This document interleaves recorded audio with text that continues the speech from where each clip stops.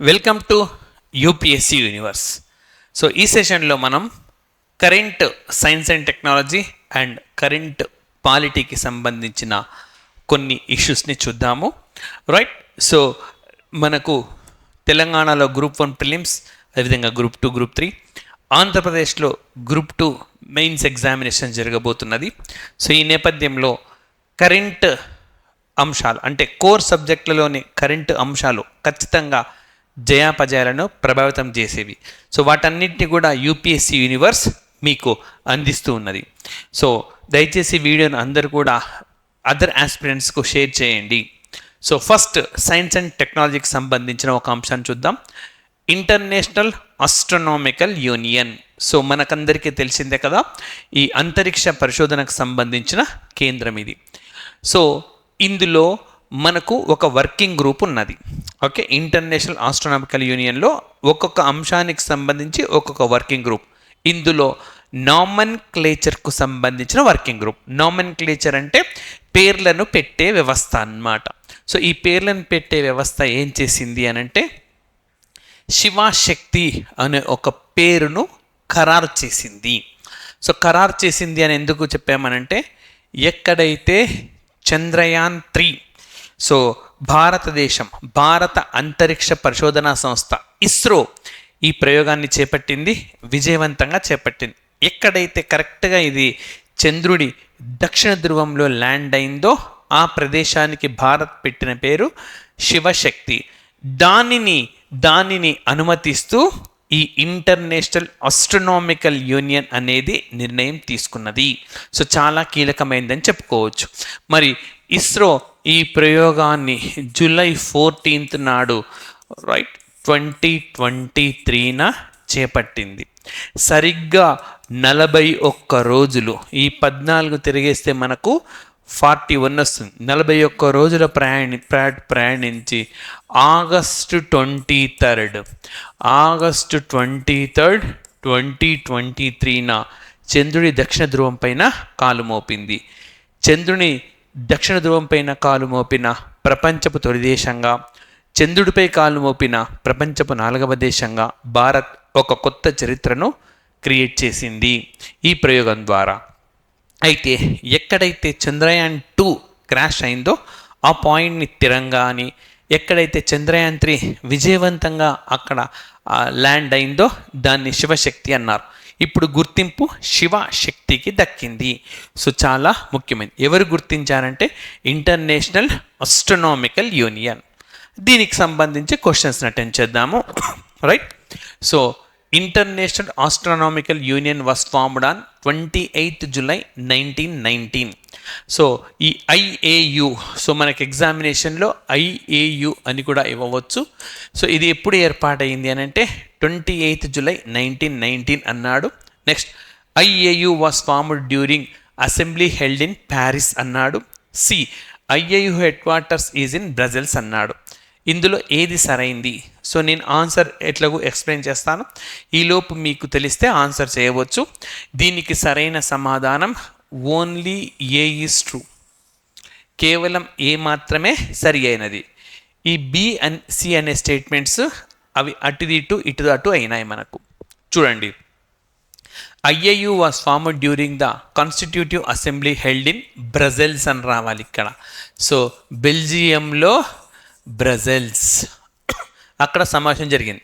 మరి IAU head quarters ఇప్పుడు ఎక్కడ ఉన్నది అని అంటే ప్యారిస్లో ఉన్నది. ఓకే, ఐఏయు హెడ్ క్వార్టర్స్ మనకు ప్యారిస్లో ఉన్నది. సో ఇంటర్నేషనల్ ఆస్ట్రోనామికల్ యూనియన్ ఏర్పాటుకు చర్చలు బ్రజెల్స్లో జరిగినాయి. ఈ బ్రజెల్స్ అనేది మనకు బెల్జియం దేశానికి సంబంధించింది. ఈ బ్రజెల్స్లోనే నాటో అనే సంస్థ, యూరోపియన్ అనే సంస్థ కూడా ఇక్కడి నుంచే పనిచేస్తాయి. సో ఈ ఐఏయు హెడ్ క్వార్టర్స్ మనకు ప్రస్తుతం ఫ్రాన్స్లోని ప్యారిస్లో ఉన్నది. ఇదే ప్యారిస్లో మనకు యునెస్కో ఉంటుంది, ఓఈసిడి ఉంటుంది, ఎఫ్ఏటిఎఫ్ ఉంటుంది, ప్యారిస్ క్లబ్ ఉంటుంది, యూరోపియన్ స్పేస్ ఏజెన్సీ ఉంటుంది, అదేవిధంగా ఇంటర్నేషనల్ ఆస్ట్రోనామికల్ యూనియన్ కూడా ఉంటుంది. సో దీనికి కేవలం ఏ మాత్రమే సరి అయినది. రైట్. ఇంకా మనం క్వశ్చన్ చూద్దాం. రైట్. ఈ కాన్సెప్ట్ కూడా ఇంకా కొంచెం ఉన్నది, అది కూడా ఎక్స్ప్లెయిన్ చేస్తాను. అవి కూడా ఎంసీక్యూస్ని, ప్రతి అంశం కూడా మనము ఎంసీక్యూస్తో సహా డిస్కస్ చేయడం వల్ల ఏ విధంగా ఎగ్జామినేషన్లో క్వశ్చన్ వచ్చినా సరే మీరు ఆన్సర్ చేసే కేపబిలిటీ కలిగి ఉంటారు. కాబట్టి యూపీఎస్సీ యూనివర్స్ మీకు ఈ సెషన్స్ అందిస్తుంది. దీనికి మీరు లైక్ చేసి షేర్ చేసి మీ ఫ్రెండ్స్ కూడా మీరు ఓకే చెప్పండి. చూడండి, which of the following organization was also established in 1919. So 1919లో ఏర్పాటు చేసిన మరొక సంస్థ ఏదన్నాడు? International Court of Justice, League of Nations, International Institute for the Unification of Private Law and International Labour Organization. మీకు తెలిస్తే ఆన్సర్ స్పందించండి యూట్యూబ్ వేదికగా. నేను ఆన్సర్ చెప్పకముందే చేసేయండి. సో మరి దీనికి సరైన సమాధానం ఇంటర్నేషనల్ లేబర్ ఆర్గనైజేషన్ 1919 ఏప్రిల్ 11న ఎస్టాబ్లిష్ చేశారు. ఏప్రిల్ 11న ఏర్పాటు చేసిన సంస్థ ఇది. Right. International Court of Justice నిజానికి మనకు లీగ్ ఆఫ్ నేషన్స్ ఏర్పాటైనప్పుడే ఏర్పాటైంది, 1920లో ఏర్పాటైంది. అది తర్వాత యుఎన్ అనుబంధ సంస్థగా మారింది. లీగ్ ఆఫ్ నేషన్స్ మనకు 1920 జనవరి 10న ఏర్పాటైంది. ఇదే జనవరి 10th మనం ఇంటర్నేషనల్ హిందీ డే అని చేస్తాం. నేషనల్ హిందీ డే మాత్రం సెప్టెంబర్ 14న చేస్తాం. మరి International Institute for the Unification of Private Law, UN ఇడ్రియేట్ అంటారు దీన్ని, యుఎన్ ఇడ్రియేట్. సో దీన్ని మనకు 1926లో ఏర్పాటు చేశారు. ఇటలీలోని రోమ్ కేంద్రంగా పనిచేస్తూ ఉంటుంది ఆ ఆర్గనైజేషన్. రైట్. సో ఆ తర్వాత ఇది యుఎన్ అనుబంధ సంస్థగా మారింది. సో లీగ్ ఆఫ్ నేషన్స్ లేదు, లీగ్ ఆఫ్ నేషన్స్ స్థానంలోనే యునైటెడ్ నేషన్స్ ఆర్గనైజేషన్ అనేది వచ్చింది. సో ఈ విధంగా మనకు ఈ క్వశ్చన్కి answer International Labour Organization. Right. And next మరి ఈ ఇంటర్నేషనల్ ఆస్ట్రోనామికల్ యూనియన్కి సంబంధించి కొంత ఇన్ఫర్మేషన్ ఇస్తున్నాము. So IAU holds a general assembly every 3 years. So దీనికి జనరల్ అసెంబ్లీ సమావేశం ప్రతి 3 సంవత్సరాలకు ఒకసారి జరుగుతుంది. మరి ఓకే, నామిన్క్లేచర్ అనమాట. ఇందులో ఒక వర్కింగ్ గ్రూప్ వచ్చేసి పేర్లు పెట్టేందుకు ఉద్దేశించింది. సెలిస్టియల్ బాడీస్ అంటే అంతరిక్షంలో ఖగోళ వస్తువులవి. రైట్. ఫీచర్స్ అండ్ ఫినామినా కూడా పేర్లను పెడుతుంది. అంటే ఏదైనా కొత్త దృగ్విషయము అంతరిక్షంలో మనకు కనిపిస్తే దానికి పేరును పెడుతుంది. అండ్ మరి ఇందులో మెంబర్షిప్ గాన చూస్తే ఐఏయులో 92 కంట్రీస్కు మెంబర్షిప్ ఉన్నది. ఇందులో 85 దేశాలైతే మిగతా 7 కొన్ని సంస్థలు ఉన్నాయన్నమాట. మరి ఇందులో భారతదేశం నుంచి ఏ సంస్థ సభ్యత్వాన్ని కలిగి ఉందంటే astronomical society of India. Okay, astronomical society of ఇండియాకు ప్రాతినిధ్యం ఉన్నది. రైట్. మరి దీనికి సంబంధించి కూడా క్వశ్చన్స్ చూద్దాము. Choose the correct answer about astronomical society of India అన్నాడు. ఆస్ట్రోనామికల్ సొసైటీ ఆఫ్ ఇండియాకి సంబంధించి సరైన సమాచారం ఏదంటున్నాడు. First, astronomical society of India was founded in 1972. Next, ASI అంటే astronomical society of India.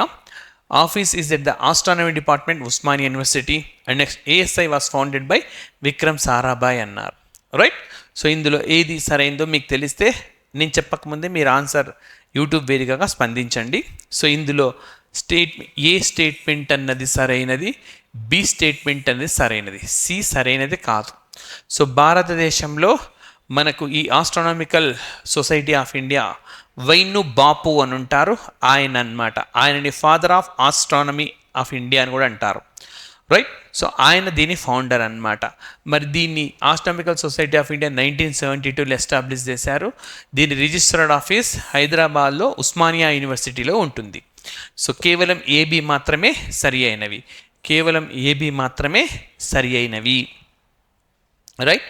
So ఇది మనకు సైన్స్ అండ్ టెక్నాలజీకి సంబంధించిన అంశం. ఇప్పుడు పాలిటిక్స్ సంబంధించిన మరొక అంశాన్ని డిస్కస్ చేద్దాం. సో ఇందులో కూడా డిఫరెంట్ ఈ ఇష్యూనే బ్రేకప్ చేసి ఎక్కడికక్కడ ఎంసీక్యూస్ ఇస్తూ ఎక్స్ప్లెయిన్ చేస్తున్నాము. So first of all, Kerala challenging with holding of presidential assent to state bill in the supreme court. So ఇది ఇష్యూ మీకు క్లియర్గా చెప్తాను. మనకు కేవలం కేరళ మాత్రమే కాదు, ఏ రాష్ట్రంలో అయినా సరే లెజిస్లేటివ్ హౌస్ అంటే శాసనసభ ఒక బిల్లును ఆమోదించిన తర్వాత శాసన మండలి ఉంటే అది కూడా పూర్తిగా శాసన ప్రక్రియ, అది ఎక్కడికి వెళ్తుంది అంటే గవర్నర్ దగ్గరికి వెళ్తుంది. మరి ఇక్కడ గవర్నర్కి ఆ బిల్లు సాధారణ బిల్లు అయితే ఏమేమి అవకాశాలు ఉంటాయి?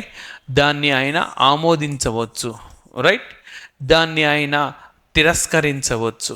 అయితే అదే బిల్లును మళ్ళీ పాస్ చేస్తే మళ్ళీ రెండోసారి తప్పక సంతకం చేయాలి. లేదా ప్రెసిడెంట్ ఆఫ్ ఇండియాకు రిజర్వ్ చేయవచ్చు, భారత రాష్ట్రపతికి పంపవచ్చు.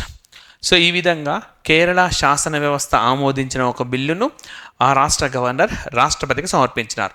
రాష్ట్రపతి ఇప్పటి వరకు తన తిరస్కరించలేదు అండ్ యాక్సెప్ట్ కూడా చేయలేదు, రైట్. సో దీనిపైన అభ్యంతరం వ్యక్తం చేస్తూ కేరళ సుప్రీంకోర్టును ఆశ్రయించింది. అది ఈ వార్తాంశం అన్నమాట, రైట్. ఇది ఇప్పుడు ఎవరి దగ్గర ఉన్నది? రాష్ట్రపతి దగ్గర ఉంది. అంటే ఇక్కడ ఏం చెప్పదలుచుకున్నాం? రాష్ట్రపతి చర్యను న్యాయ సమీక్ష పరిధిలోకి వస్తుందా రాదా అని చెప్పి సుప్రీంకోర్టు ఇప్పుడు మనకు పరిశీలించబోతుంది. మరి దీనికి సంబంధించి క్వశ్చన్స్ ఏమున్నాయి చూడండి. So under which article governor can reserve A bill for the consideration of president of India? So మనం ఇప్పుడు ఏమనుకున్నాం? గవర్నర్ దగ్గరికి ఒక బిల్లు వెళ్తే ఆయన దాన్ని ఆమోదించవచ్చు, తిరస్కరించవచ్చు, లేదా భారత రాష్ట్రపతికి పంపవచ్చు. ఏ ఆర్టికల్ ప్రకారం భారత రాష్ట్రపతికి పంపుతారు? మీకు తెలిస్తే ముందే ఆన్సర్ చేయండి. సో దీనికి సరైన సమాధానం ఆర్టికల్ 200. సో గవర్నర్కి వెళ్ళిన ఒక బిల్లును ఆయన, రైట్, ఈ మార్గాల్లో ఒక మార్గాన్ని ఎంచుకునే అవకాశం ఉన్నది ఆర్టికల్ 200లో. ఇదే అధికారం రాష్ట్రపతికి 111లో ఉంటుంది. అంటే ఆయన వేరే వాళ్ళకి ఏం సమర్పించాడు? యాక్సెప్ట్ చేయొచ్చు, రిజెక్ట్ చేయొచ్చు, లేదా పాకెట్ వీటోని యూజ్ చేయొచ్చు. ఈ అధికారం రాష్ట్రపతికి సంబంధించి ఎక్కడ ప్రస్తావించినారంటే ఆర్టికల్ 111లో ప్రస్తావించినారు. అండ్ ఆర్టికల్ 201 అది నెక్స్ట్ మనం డిస్కస్ చేద్దాం. 202లో మనకు రాష్ట్ర బడ్జెట్కు సంబంధించిన అంశం ఉంటుంది, రైట్. అండ్ మరి ఇక్కడ చూడండి, నిజానికి 201, సో ఆర్టికల్ 200 ప్రకారం భారత గవర్నర్, ఆ రాష్ట్ర గవర్నర్, భారత గవర్నర్ కాదు, ఆయా రాష్ట్రాలకు చెందిన గవర్నర్ ఆ బిల్లును రాష్ట్రపతికి పంపిస్తారు. మరి రాష్ట్రపతి దాన్ని ఆమోదించవచ్చు, తిరస్కరించవచ్చు, లేదా రీకన్సిడర్ చేయమని పంపవచ్చు, రైట్. మళ్ళీ ఒకసారి పునఃపరిశీలించండి అని పంపవచ్చు, రైట్. సో మరి ఆ విషయం మనకు ఆర్టికల్ 201లో ఉంటుంది. సో చూడండి, చూస్ ద కరెక్ట్ ఆన్సర్ అన్నాడు. So president can seek advise of supreme court under article 143 a bill reserve for him or under article 200. అంటే ఆర్టికల్ 200 ప్రకారము గవర్నర్ ఒక బిల్లు తన దగ్గరకు వస్తే భారత రాష్ట్రపతి సుప్రీంకోర్టు సలహాను స్వీకరించవచ్చు. మామూలుగా అయితే భారత రాష్ట్రపతి ఏ ఆర్టికల్ ప్రకారం సుప్రీంకోర్టు సలహాను స్వీకరిస్తారంటే 143 ఆర్టికల్ ప్రకారం. అలా దీనిపైన కూడా స్వీకరించవచ్చు అన్నాడు. కరెక్ట్ కదా చూడాలి. Next, A bill reserved bill for the consideration of president if return to governor such bill must be passed by state legislature within 6 months. అంటే ఇప్పుడు ఒక బిల్లు రాష్ట్ర శాసనసభ ఆమోదించింది, గవర్నర్కి వెళ్ళింది. గవర్నర్ 200 ఆర్టికల్ ప్రకారం రాష్ట్రపతి పంపినారు. రాష్ట్రపతి 201 ఆర్టికల్ ప్రకారం మరొకసారి పునఃపరిశీలించండి అని రాష్ట్ర గవర్నర్కి పంపినారు. ఇప్పుడు రాష్ట్ర గవర్నర్ ద్వారా రాష్ట్ర అసెంబ్లీకి వచ్చింది. రాష్ట్రపతి దగ్గర నుంచి వచ్చిన దగ్గర నుంచి 6 నెలల్లో దాన్ని ఆమోదించాలి అని అంటున్నాడు, రైట్. ఇది సరైందా కాదా చూడాలి. మరి ఈ రెండిట్లో ఏది సరైందో మీరు యూట్యూబ్ వేదికగా స్పందించవచ్చు. ఈ మధ్యకాలంలో మనకు పాలిటీలో వచ్చే క్వశ్చన్స్ కానీ, ఎకానమీ కానీ, సైన్స్ అండ్ టెక్ కానీ చాలా డెప్త్గా వస్తున్నాయి. సో అందుకని ఆ డెప్త్నెస్ మీకు పరిచయం చేయడం కోసమే ఇప్పటి నుంచే సమాయత్తం చేసి ఎగ్జామ్లో హై స్కోర్ సాధించడానికి ఉద్దేశించిందే ఈ ప్రత్యేకమైన సెషన్ అన్నమాట, రైట్. సో మరి ఇందులో 2 కూడా సరి అయినవే, right. So president of India దగ్గరకు వచ్చిన బిల్లు పైన 143 ప్రకారం సలహా కోరవచ్చు. అలా కోరిన సందర్భం ఉంది. సందర్భానికి సంబంధించిన క్వశ్చన్ సమాచారం మీకు ఇస్తాం మేము. అండ్ నెక్స్ట్, మరి ఇక్కడ భారత రాష్ట్రపతి వెనక్కి పంపించిన తర్వాత వితిన్ 6 monthsలోనే దాన్ని రిటర్న్ చేయాల్సి ఉంటుంది. ఓకే, వితిన్ 6 monthsలో రాష్ట్రపతి బిల్లును ఆమోదించాల్సి ఉంటుంది, రైట్. నెక్స్ట్, మరి ఇంకొక question, choose the correct answer అన్నాడు. In 2005, the then president sought SC advice on Punjab Termination of Agreement Act. So Punjab రాష్ట్రంలో ఒక చట్టం ఇది. ఆ చట్టానికి సంబంధించి గవర్నర్ రాష్ట్రపతి పంపారు. రాష్ట్రపతి ఆ అంశానికి సంబంధించి సుప్రీంకోర్టు సలహా కోరారు అని అంటున్నాడు. ఆ bill Punjab termination of agreement act. అప్పటి ప్రెసిడెంట్ ఎవరంటే doctor APJ Abdul Kalam. B statement, in 2005 the then president has written Lok Vidhayak bill to Madhya Pradesh Assembly.